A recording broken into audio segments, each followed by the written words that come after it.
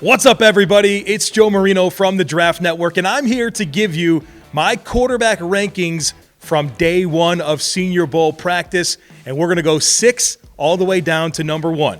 Coming in at number 6 is Cincinnati quarterback Desmond Ritter, who had his struggles today with ball placement, and unfortunately, that's something that we saw from Desmond Ritter throughout his tenure with the Cincinnati Bearcats. I mean, we're talking about misfires against air, footballs that are thrown behind his targets, and we know that ball placement is a critical component for quarterbacks and their ability to succeed in the NFL, and so far the questions surrounding Desmond Ritter and his accuracy remain in a big way. At number 5, we have Western Kentucky's Bailey Zappi. And Zappi was always kind of that bottom-ranked guy here at this event. Still a reasonable prospect, but not a top-tier quarterback prospect. The guy that we're talking about is a potential top 50 selection, or especially not a first-round guy. And so for Bailey Zappi, this was really an opportunity for him to change that, for him to go out there and showcase that, yeah, he is one of the best, one of the premier quarterbacks in this coming draft class, and he just looked pretty average. And the thing about Bailey Zappi is you can tell that the arm talent isn't there. The ball looks heavy coming out of his hands, and that was no different today as he navigated his first practice at the Senior Bowl. At number 4, I've got Malik Willis from Liberty, and here's the thing about Malik Willis.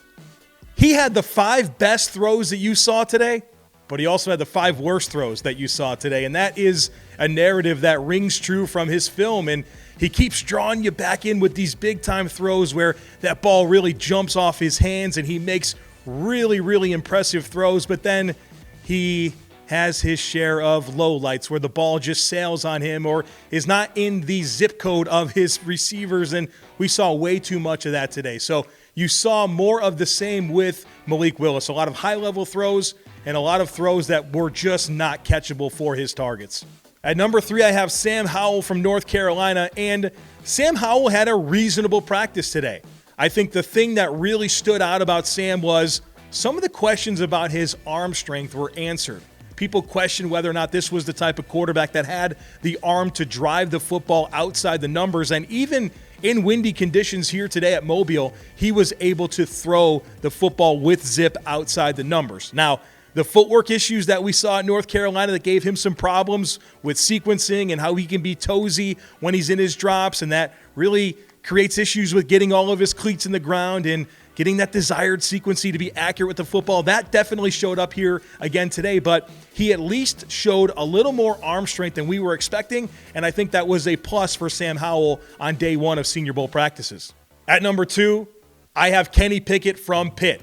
And a lot of people thought that this was the week that Kenny Pickett would showcase himself as the clear-cut number 1 quarterback in the draft.